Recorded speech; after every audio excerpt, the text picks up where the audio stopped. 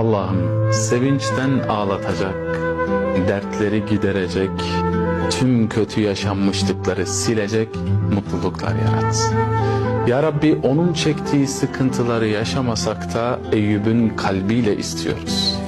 Onun sabrına sahip olmasak da Yakup'un gözyaşlarıyla niyaz ediyoruz. Ya Rabbi, ona layık olamasak da Muhammed Mustafa sallallahu aleyhi ve sellem hürmetine sana yalvarıyoruz ya Rabbi. Yorulduk, rahatlat. Bunaldık, ferahlat.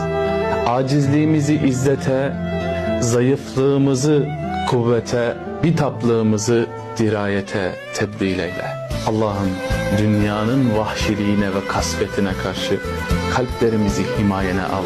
Tüm zorluklarımıza rağmen bizlere metanet lütfet. Zalimlere ve kafirlere karşı bize yardım